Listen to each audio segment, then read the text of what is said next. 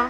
Seja muito bem-vindo aqui na Lifehouse Church. Você é sempre muito esperado aqui. Antes da nossa adoração começar, você precisa saber de algumas coisas bem importantes. Portanto, fique ligado. Durante a nossa experiência, evite andar pelo templo, conversar em tom alto e deixar o telefone com o som ligado. Em caso de necessidade, você pode contar com o auxílio de nossos voluntários. Eles estarão de prontidão para lhe atender. Nosso Ministério Kids já está pronto para receber as crianças. Durante a ministração da palavra, elas têm um encontro especial com as nossas professoras. Esse local possui saídas de emergência. E caso a luz se apague, fique tranquilo, pois luzes de emergência se acenderão. Ao sair do templo, não esqueça os seus pertences e o lixo. Assim, você nos ajuda a manter tudo bem organizado.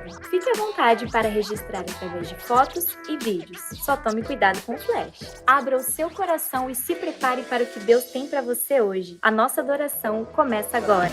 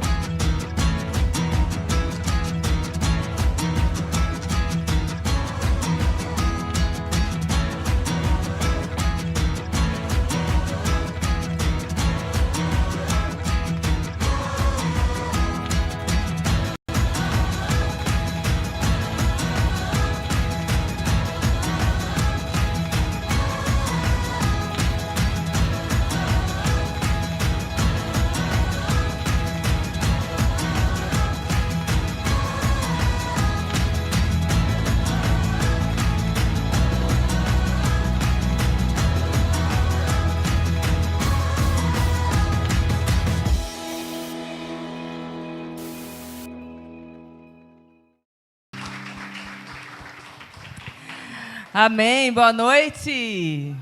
Sejam bem-vindos em nome de Jesus. Você pode dar uma boa noite para a pessoa que está do seu lado?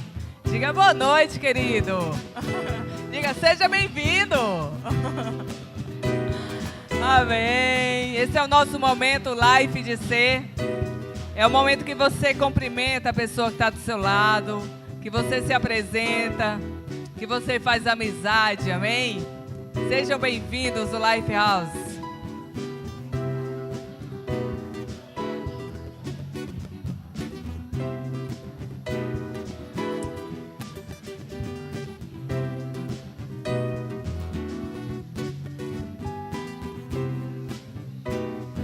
Aleluia! Oh, glória!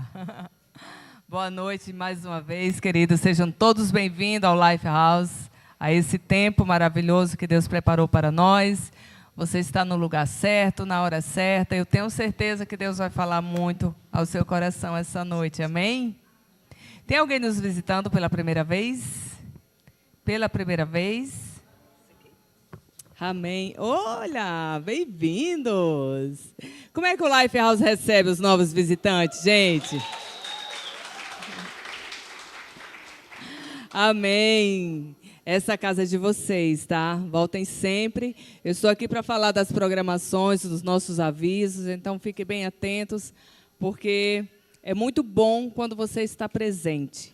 Amém. Todas as nossas programações, tudo que fazemos aqui é para termos comunhão, para termos relacionamento, para estarmos mais próximos, para sermos uma família.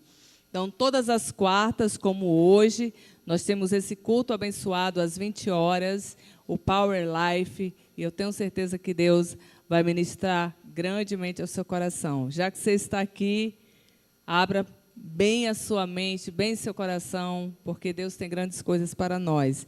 Todas as quintas da manhã nós temos os nossos grupos Vidas. Amém? Então, amanhã vai estar funcionando o Grupo Vida aqui da Zona Norte, o Forever Young aqui na igreja. O pastor deve estar avisando onde vai ser a casa do Grupo Vida Geral, mas não fique em casa. E abra também as portas da sua casa para esse tempo, tá? Porque Deus faz grandes coisas no nosso meio. E quanto mais a gente começa a falar da palavra dele, mais é uma fonte inesgotável. Então, grandes coisas acontecem nesses momentos. De repente, vem uma palavra que é rema na sua vida e ali já transforma todo o seu dia, seu humor, sua mente, seus pensamentos. E você começa a entrar em linha com os pensamentos do Espírito. Sabia que a palavra fala que nós devemos orar para que o Espírito de Deus alinhe os nossos pensamentos com os pensamentos dele? Eu sempre faço isso, na realidade eu faço isso todo dia. Senhor, alinha meus pensamentos com os teus pensamentos. Então a palavra ela vai nos mostrando isso, por isso que a fé ela vem pelo ouvir. É importante demais você ouvir. É importante demais você ouvir a palavra, seja aqui na igreja, seja na sua casa, amém? Sempre esteja ouvindo a palavra. E a palavra ressalta bem qual é a palavra que nós devemos ouvir. É a palavra de Cristo, amém? A palavra de Cristo, ela traz salvação para nós. Então, por isso que a fé, ela vem pelo ouvir. E ouvir a pregação. Que pregação? A pregação de Cristo. Porque a palavra de Cristo traz salvação para a minha e a sua alma. Sábado agora, nós vamos ter um evento muito especial, que é o pós-congresso do Forever Young, amém? Às 19h30. Gente, convide mais umas 10 pessoas para estar aqui com você.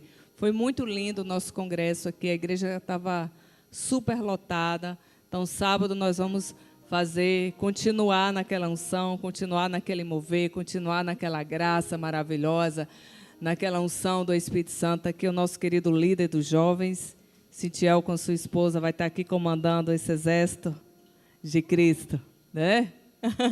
E no domingo, às 18h30, você não pode ficar de fora da nossa grande celebração. Amém? Nosso Sunday Service, todos os domingos, às 18h30, você não pode ficar de fora. Aqui é uma casa para você ser, para você estar, para você trazer sua família, seus amigos e todo mundo. Então, está aqui a programação semanal e todos vocês são convidados em nome de Jesus. Pastor Eliseu. Para os visitantes, esse aqui é o nosso querido pastor Eliseu. Amém. Glória a Deus, irmãos. Glória a Deus. O Senhor é bom e a sua misericórdia dura para sempre. Amém. Abra sua Bíblia lá em Lucas, capítulo 16. Nós vamos estar lendo o verso de número 10. Lucas 16, 10. Cadê ele? Entendesse? Você é visitante da casa? Amém, seja bem-vinda. Lucas. A outra ali foi arrebatada. Lucas 16, 10 diz assim: quem é fiel no pouco, também é fiel no muito. E quem é desonesto no pouco, também é desonesto no muito. Agora eu queria que você voltasse, o verso 9. Do que a gente está falando. Por isso eu digo, usem a riqueza desse mundo ímpio para ganhar amigos, de forma que quando ela acabar, estes o recebam na morada eterna. Amém? Meu irmão, falar de riqueza é uma riqueza, é uma maravilha, porque muitas pessoas percorrem a vida buscando ter algo, muitas vezes em detrimento do ser. E esse é o problema. O problema não é você ter dinheiro, o problema não é você ter grana. O problema é quem você se torna a partir do momento que Deus te abençoa. E eu falava isso com uma pessoa hoje, eu atendi há um tempo atrás, um jovem que estava muito desesperado. Ele bateu na porta aqui da igreja num dia normal aqui de funcionamento da igreja, né? Semente de vida funcionando, e eu estava aqui, e eu parei por alguns minutos, a gente conversou, a gente orou muito. Ele vivia uma crise extrema na sua vida, área profissional, casamento destruído, e a gente orou e aconselhamos e orientamos, e hoje eu recebi talvez a melhor notícia, que a família dele, o casamento dele tinha sido restaurado, ele estava de volta no trabalho, as coisas estavam indo bem, aleluia!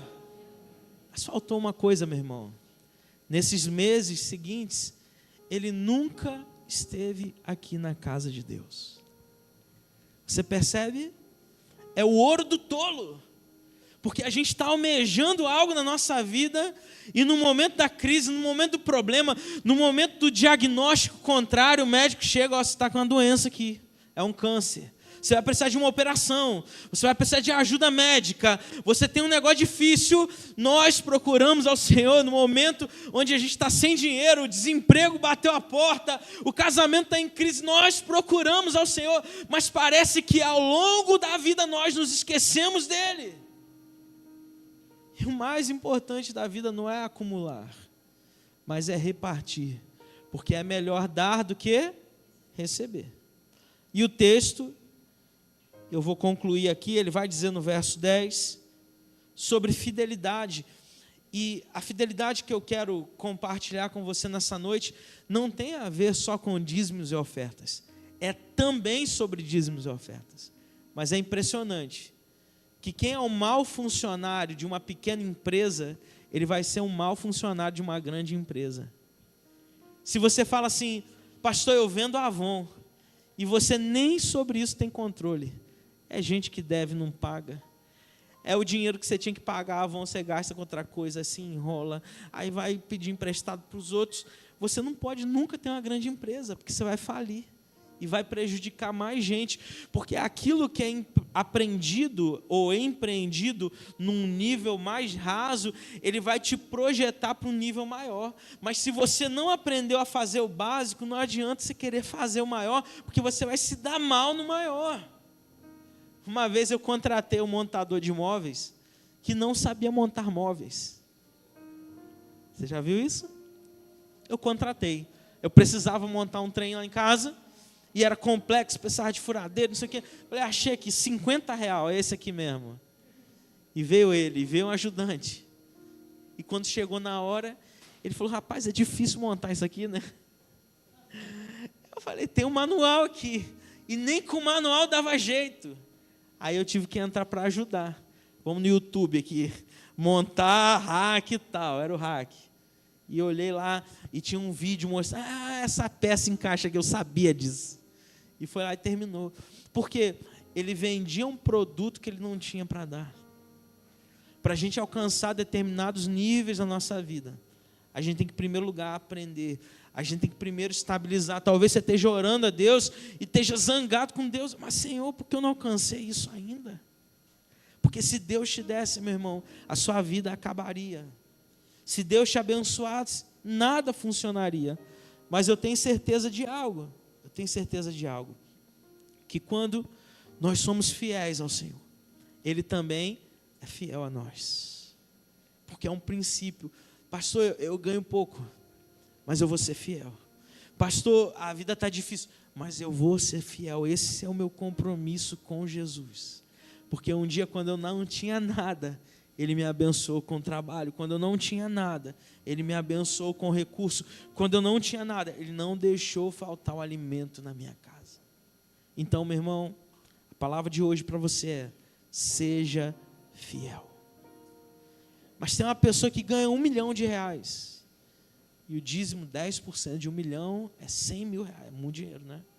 Eu ganho R$1.000, eu ganho R$100, meu dízimo é R$10.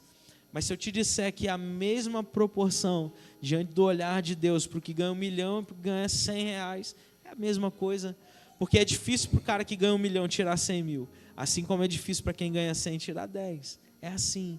Mas é provando a nossa fé diariamente que nós nos colocamos diante do Senhor. Amém? Eu quero te convidar a se colocar de pé nessa noite. E eu queria que você dissesse algo. Eu aprendi isso com o pastor Leandro, lá de New Jersey.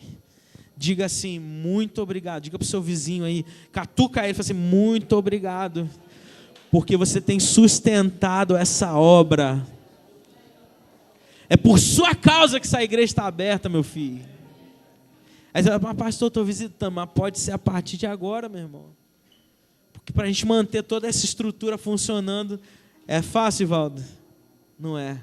Mas o Senhor tem dado graça a cada um de nós, amém? Nós temos algumas maneiras de ofertar. Envelope de oferta, atrás das cadeiras. Atrás da sua cadeira também tem um QR Code que vai te direcionar ao nosso Pix, pixlifehouse@gmail.com, nosso Banco Santander, tá bom? Às vezes aparece Caixa Econômica, mas você pode repreender em nome de Jesus e... Estou brincando. Santander, tá bom? A gente mudou a conta, mas a gente ainda tem a conta Caixa e Santander funcionando, mas a mais proativa para a gente, funcional, é Santander. E a gente também tem a maquininha de cartão que vai chegar com algum diácono aqui a pouco, ali atrás. Caso você queira usar, você pode passar a maquininha de cartão também, no crédito, no débito. Amém? Também vai ser abençoado, em nome de Jesus. Segura seu envelope aí, em nome de Jesus, vamos orar. Pai, nós te damos graça, Senhor, nessa noite, por nós estarmos aqui, Pai, na tua casa, honrando o teu santo nome, Jesus, adorando ao Senhor, que é o Rei, que é o dono de todas as coisas, Pai. Que em nome de Jesus, que como dizemos aqui semanalmente, que aquilo que nós temos no nosso envelope, Pai, não seja dinheiro, mas seja uma semente no reino dos céus, para dar frutos a 30, a 60, a 90 e a 100 por um, Pai. Que haja bênção e prosperidade sobre as casas, e que nessa noite, a palavra, Deus, ministrada, a palavra derramada sobre cada um coração seja fidelidade, Pai. Que aprendamos desde cedo a nos tornarmos cada dia mais fiéis ao Senhor. É o que oramos a Ti, por amor do Teu nome, Pai. Amém e amém. Glória a Deus. Você pode sair de seu lugar com alegria e ofertar ao Senhor nessa noite, em nome de Jesus.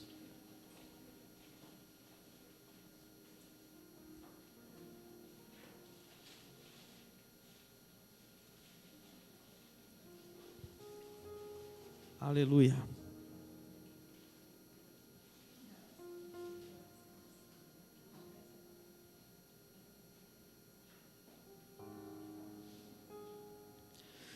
Salmos de número 121.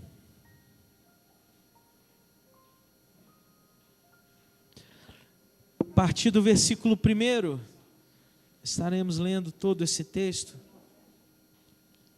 Salmos 121, a partir do verso de número 1. Vou estar lendo aqui na versão NVI. Diz assim a palavra do Senhor: levanto ou elevo os meus olhos para os montes e pergunto: de onde me vem o socorro? O meu socorro vem do Senhor, que fez os céus e a terra. Ele não permitirá que você tropece. O seu protetor se manterá alerta, sim, o protetor de Israel não dormirá. Ele sempre está alerta. O Senhor é o seu protetor, como sombra que protege. Ele está à sua direita. De dia o sol não o ferirá, nem a lua de noite. O Senhor o protegerá de todo mal, protegerá a sua vida. O Senhor protegerá a sua entrada e a sua chegada, desde agora para todo o sempre. Amém e amém. Glória a Deus. Quantos recebem essa palavra? Nós amamos ouvir salmos. Quando a gente ouve o Salmo 23, o Senhor é o meu pastor e nada me faltará.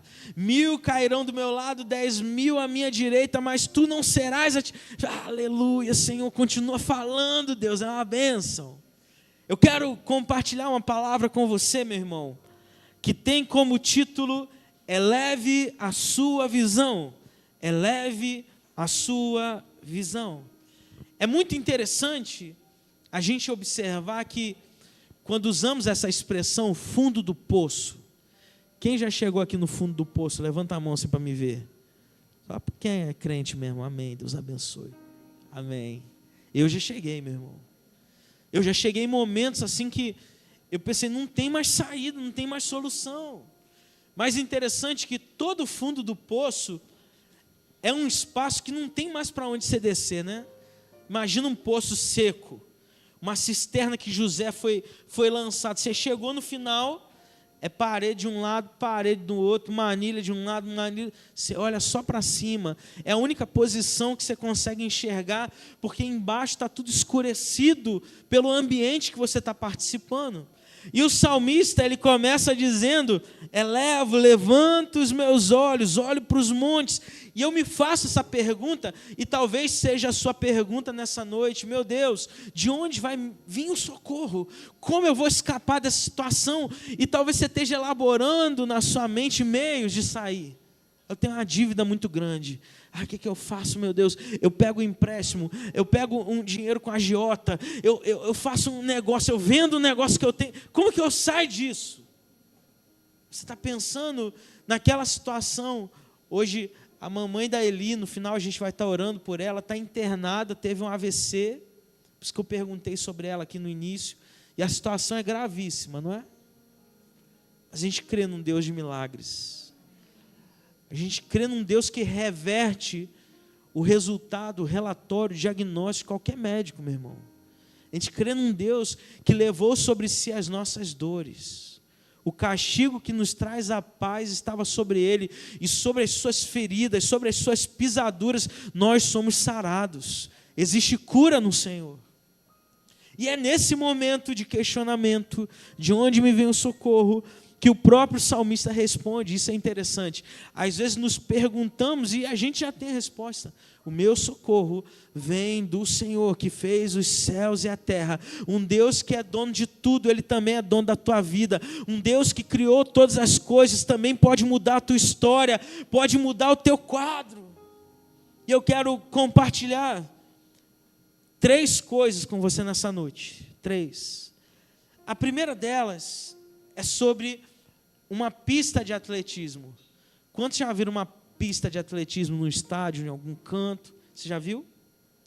Você já reparou aonde fica a linha de chegada na pista de atletismo, de corrida? Aonde fica a linha de chegada? Hã? Muito bem. Mas aonde? Na saída. O que significa?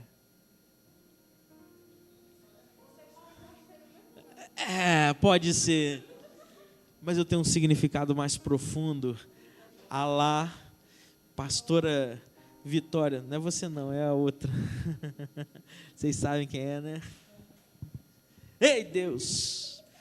Eu quero dizer que todo mundo que está se preparando para a largada, e você já viu que numa pista de atletismo são 8 raias, e a galera fica perfilado ali esperando o tiro, e é interessante que cada um fica numa posição diferente, né? O que está na pista 1 fica um pouquinho atrás do que está na pista 2, que fica um pouquinho atrás do que está na pista 3, né?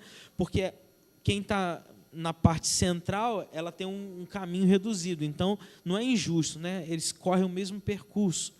Mas eles estão ali naquele momento, e interessante que o pódio, ele fica no mesmo lugar, no mesmo ambiente.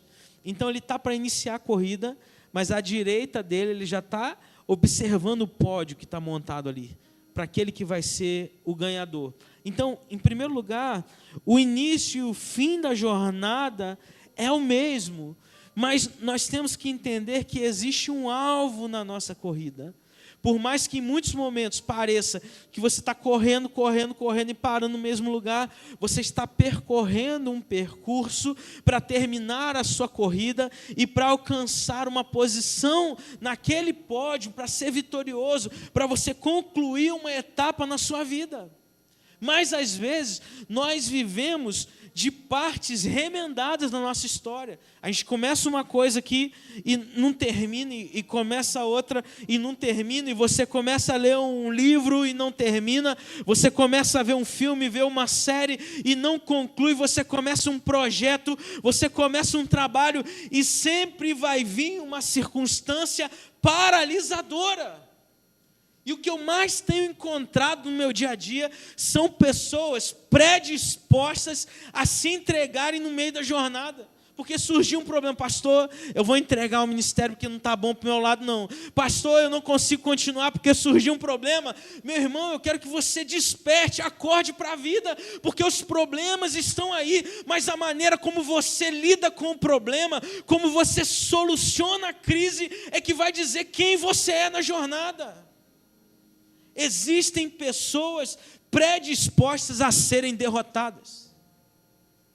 A gente está num culto de vitória, e a pessoa, vitória é para mim, pastor, aleluia. No primeiro problema desiste, na primeira crise abandona Deus, na primeira situação não vem mais para a igreja, porque aquele que se entrega é o primeiro derrotado. Aquele que se entrega é o primeiro derrotado. Pense, numa corrida, o mais importante, embora eu visualize o pódio, embora eu visualize toda a glória de quem vai ganhar, é você concluir aquela jornada. Conclua coisas. Começou sua faculdade, vai até o fim. Vai até o fim. Eu conversei com um psicólogo hoje, e a gente falava que no primeiro dia da faculdade é só alegria, né, meu irmão? É trote, é a chegada, você está tudo lindo, você está fazendo um curso novo, mas vai passando os semestres, vai passando o dia, vai faltando o dinheiro da passagem, aí todo mundo está lanchando, você não está lanchando, aí tem que comprar livro, você não tem dinheiro para comprar o livro, você fala assim, meu Deus, o que eu estou fazendo aqui? Eu vou abandonar esse trem. Aí você começa a ver o mercado de trabalho, um monte de gente, você pega um táxi, aí você começa a puxar assunto, e aí, você é o quê? Eu sou advogado. Eu sou psicólogo, eu sou não sei o quê. A pessoa fala assim, é o curso que eu estou fazendo. Eu sou engenheiro. Meu Deus, meu sonho está aqui. Mas para onde eu vou? O que eu estou fazendo na minha vida? E você começa com uma carga negativa, não mais olhar para o alto. Você começa a olhar para baixo. E quando você vive como uma pessoa que só olha para baixo, você não consegue perceber ao seu redor. E aquilo que é necessário você fazer para você sair daquela situação. Deixa eu te dizer uma chave. Existem momentos na nossa vida que se faz necessário uma mão amiga. Existem momentos na nossa vida que se faz necessário um olhar diferenciado, porque você que está no problema, você não está enxergando, você está falando, rapaz, é só água aqui, aí quem está de fora, não, tem uma borda aqui, você pode escalar, você pode sair por aqui. Então, elevar a sua visão diz respeito a você entender o seu início, mas também você entender o seu final. Segunda coisa, é necessário você focar em pessoas inspiradoras. Você lembra do pódio que está lá na corrida? Aquele pódio serve de inspiração. Você imagina um corredor, ele está ali na raia 3, e ele fica olhando lá o primeiro lugar e fala, rapaz, eu tenho que ganhar isso hoje. Eu vou correr o máximo que eu posso correr. Eu vou dar o dobro de gás que eu dava antes, porque eu quero estar ali naquele lugar. Porque ele está focado não num problema, mas ele está focado numa recompensa. É assim que faz. É assim que nós educamos os nossos filhos, né? Existe um teórico da psicologia chamado Skinner, que ele criou a caixa de Skinner, que ele botava uns ratinhos lá. Você já viu esse experimento? Aí o ratinho fazia um negócio errado, tomava um choque. Coitado do camundongozinho, né? Fazia um negócio certo, ganhava um alimento. Fazia um negócio, ia para um canto errado, tomava um choquezinho ali. Fazia um negócio certo, ele ia para o lado certo. E a psicologia elencou esse termo como reforço positivo. E na educação dos nossos filhos, funciona mais ou menos como a caixa de Skinner. Porque não adianta você só dar coisas boas para o seu filho. Seu filho está respondão, teu filho está xingando palavrão, teu filho está te desrespeitando. Vou comprar um PlayStation 5 aqui para ele, vou dar. Vou comprar o melhor celular. Ele vai entender o quê? Eu posso continuar fazendo isso, porque eu só ganho coisa boa. Eu só ganho sim do outro lado. Mas quando você cria uma disciplina, eu não estou falando para você botar ele numa caixa e dar um choque nele não, tá? Mas quando você diz não, você fala assim, porque você fez isso, a consequência é essa. Porque existe uma penca de pais que não comunicam também. Que é bater no filho sem motivo, que é falar não sem dizer o porquê. Isso vai revoltando a criança, vai revoltando o adolescente. A pedagogia, a educação tem que ser baseada na comunicação. Mas o pai e a mãe nem conversam entre si. Como que você quer que seu filho seja educado? Você não dá o exemplo na sua casa, como que você quer que a sua filha seja educada? O seu filho é o retrato daquilo que você é.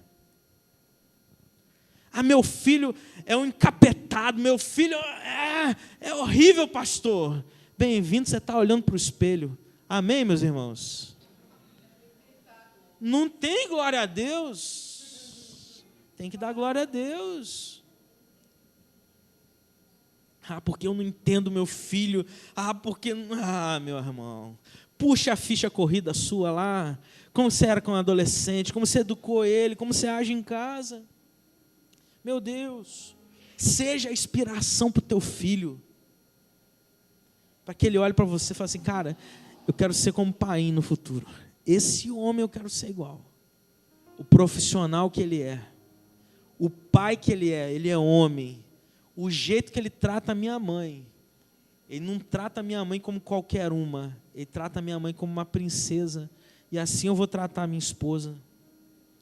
Só que aí o que a gente vê? O inverso disso. Um ciclo vicioso. Não é um círculo virtuoso, mas um ciclo vicioso, que o avô espancava a mãe e o pai trata mal e o filho vai reproduzir isso. Mas para você quebrar esse círculo, em primeiro lugar nós precisamos elevar a nossa visão. Em primeiro lugar nós precisamos olhar para a pessoa de Jesus, que é o maior exemplo da nossa vida a ser seguido. É o nosso mestre, e aplicar os conceitos que ele nos deixou. Porque eu não estou falando de cristianismo aqui não, meu irmão. Ei, escuta aqui. Eu não estou falando para você ser um bom cristão, não. Porque antes de ser um bom cristão, você tem que ser um bom cidadão. Um bom homem. Uma boa mulher. Honestidade não é característica apenas de crente. Honestidade é característica de pessoa de bem. Achou uma carteira, não a sua. Achou um celular, você não vai desligar o celular, não. Você vai deixar ele ligado e vai entregar para o dono. Aí vai aparecer no jornal papinha falando, homem da Zona Norte entrega celular. Como se fosse o maior ato de heroísmo. Mas é nossa obrigação como homens e mulheres sérios na sociedade. Só que às vezes a gente não quer ouvir isso. A gente só quer ouvir...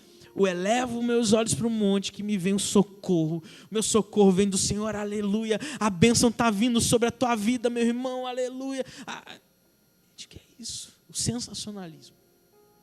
Tudo isso vai acontecer? Vai acontecer. Mas nós precisamos ter uma postura, a gente precisa ter caráter. Eu vou usar uma palavra pesada, a gente precisa ter vergonha na cara, meu irmão. Para subir aqui no altar, para agir no nosso dia a dia. E para cobrar dos outros algo que eu, em primeiro lugar, sou. Terceira coisa, o Senhor, Ele vai te proteger, Ele é o teu protetor. Então, Ele nos protege como sombra durante o dia, e como sol, como nuvem, sombra durante o dia, e como coluna de fogo, como lua durante a noite, é o que diz o texto.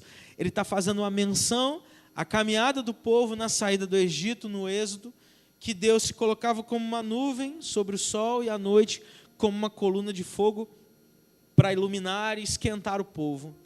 Para quem é natalense, para quem tem vivência aqui nordestina, sabe como é bom a gente estar andando no sol quente, sol torando, e daqui a pouco vem aquela nuvem bem grande assim. Aí deu aquele alívio, você fala assim, graças a Deus. Hoje eu estava vindo de Lagoa Nova de tarde, na hora do almoço, e a ponte estava engarrafada, porque tinha um caminhão fazendo uma obra, não sei o que estava fazendo na ponte, sentido Zona Leste. E no momento tinha uns 5 bugs parados assim. E bug é uma coisa boa, não é assim ou não? Mas imagina você dentro de um bug, na ponte, parado. Eu só vi os turistas assim, com a cabeça baixa, orando. Senhor, manda uma nuvem, Pai. Porque pode ser ruim também, né? Mas o nível de proteção de Deus é em todo tempo. Ele nos acompanha, Ele nos orienta.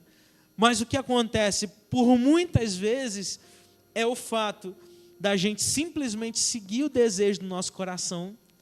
E aí entra o salmista, eu vou citar, já citei bastante salmo hoje, que diz: ao caminho que ao homem parece perfeito, mas no seu final é um final de morte. Porque às vezes quando a gente segue só o desejo do nosso coração, a gente entra num relacionamento furado. Aquela pessoa é maravilhosa, eu vou casar com ela. E você não consultou a Deus, não consultou o protetor, não consultou a nuvem. Eu vou comprar a casa naquele lugar, é uma beleza.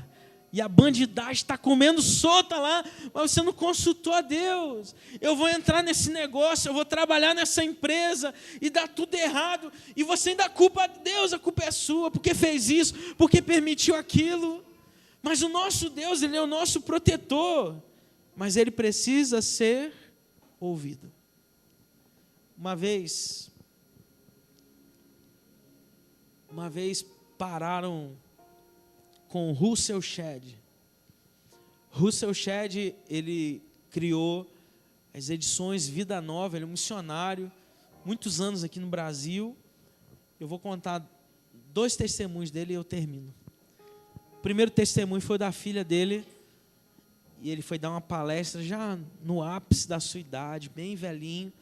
Ele foi dar uma palestra no seminário que eu estudava, e a filha dele acompanhava naquele dia. E depois da palestra, eu vou dizer, não foi uma das melhores, porque como ele já era muito idoso, o ritmo, que às vezes a gente endeusa, né? Porque é Russell Shedd. Os livros dele foram maravilhosos. A palestra foi bem assim, né? Bem cadenciada. Aprendemos bastante, mas num ritmo mais lento. E quando ele terminou, a filha dele pegou o microfone, isso marca demais. Ela disse assim: eu queria falar uma coisa. Eu sei que meu pai é pecador, ou um dia foi pecador, porque a Bíblia diz. Porque eu, como filha dele, desconheço o pecado. Você imagina alguém dizer isso de você? Para ela, que era filha, que convivia todos os dias, ela enxergava o seu pai como alguém santo, como alguém que não pecava, como alguém que tinha longanimidade, tinha os frutos do Espírito sobre a sua vida. Um dia, um jovem pastor procurou e falou assim: eu quero aprender a orar. E ele tinha um horário todos os dias que ele separava para oração. E ele falou: você pode vir comigo. E os dois entraram naquele ambiente, naquele quarto de oração.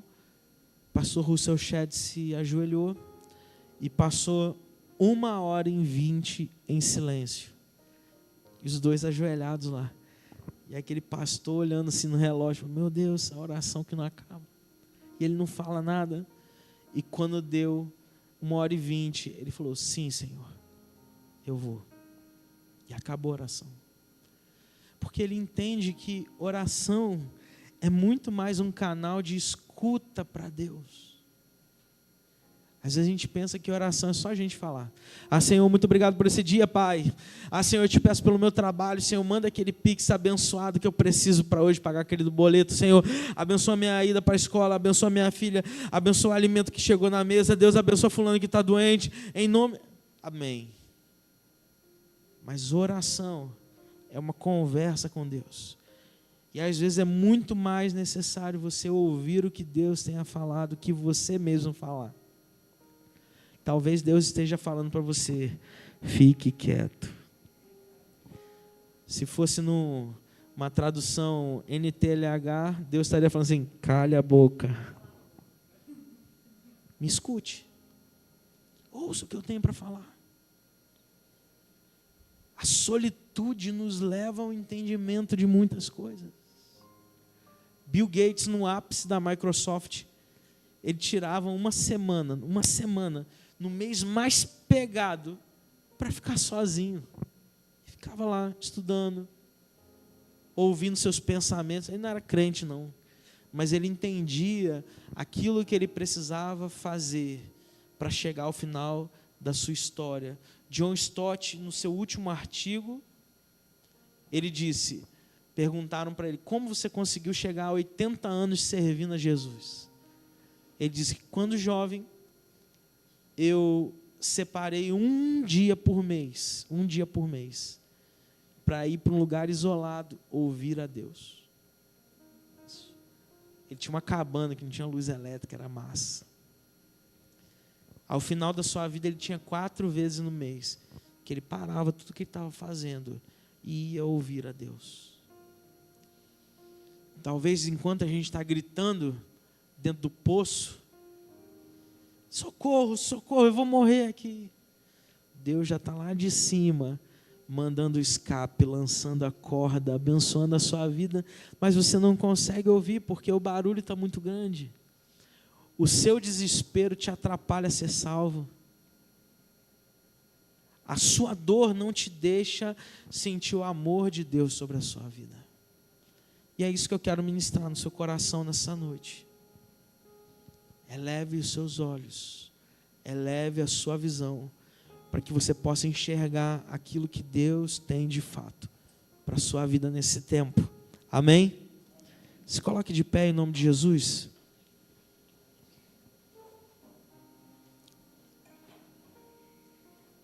Eli, qual é o nome da sua mamãe?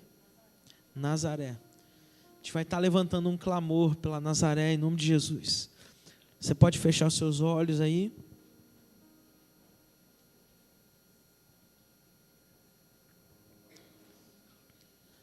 Existe uma bênção quando a igreja se reúne para clamar ao Senhor. Pai bendito, Deus eterno, Senhor. Nós te agradecemos por essa noite, te agradecemos pela oportunidade de estarmos aqui, e te agradecemos por cada uma vida que se coloca aqui diante do teu altar, Pai. Nesse momento, nós pedimos pela mamãe da Eli, que se encontra internada, Pai, que teve um AVC alguns dias atrás, e o quadro dela foi se agravando, até esse atual momento. Deus, que o Senhor possa visitar Nazaré agora, no leito que ela se encontra no hospital, Deus. Que o teu anjo, que o poder do Senhor repouse sobre a vida dela, trazendo cura, Deus, trazendo melhora, Pai, trazendo a capacidade dos médicos, dos medicamentos, para que eles surtam efeito, Deus, e para que esse quadro seja revertido para a honra e glória do teu nome, Pai. Nós, como igreja, nós queremos ligar essa oração, porque tudo aquilo que ligamos na terra, o Senhor liga nos céus, Pai. Nós liberamos aqui uma palavra de cura, de bênção, de restauração sobre a vida da tua filha, em nome de Jesus. E cremos, Deus, cremos que ainda testemunharemos aquilo que o Senhor há de fazer na vida dela, Pai. Oh, Jesus, cuida da tua filha, cuida de Eli, cuida do pai dela, Deus, cuida dos seus irmãos, de toda a família. É o que oramos e depositamos nossa confiança em Ti, em nome de Jesus, por amor de Jesus. Amém e amém. Lembre-se sempre, Jesus é o Senhor. Lifehouse, uma semana de bênção e de vitória. Aplauda Jesus, aleluia. O Senhor é bom, o Senhor é bom. Deus te abençoe, meu irmão. Vá em paz. Quinta-feira a gente tem nosso Grupo Vida.